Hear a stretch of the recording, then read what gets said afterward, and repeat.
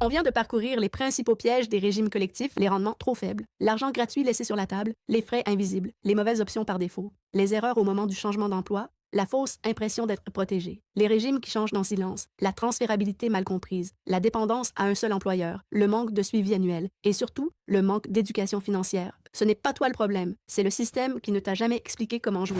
Maintenant que tu vois les pièges, voici ce que tu peux faire concrètement. Solution 1, choisir le bon fonds et éviter le par défaut. Connecte-toi à ton portail Manuvie, Sun Life, IA, Desjardins ou Canada Life. Regarde dans quel fonds ton argent est investi en ce moment. Si tu vois conservateur, modéré, équilibré ou un fonds à date cible et que tu as moins de 45 ans, il y a de fortes chances que ce ne soit pas optimal pour toi.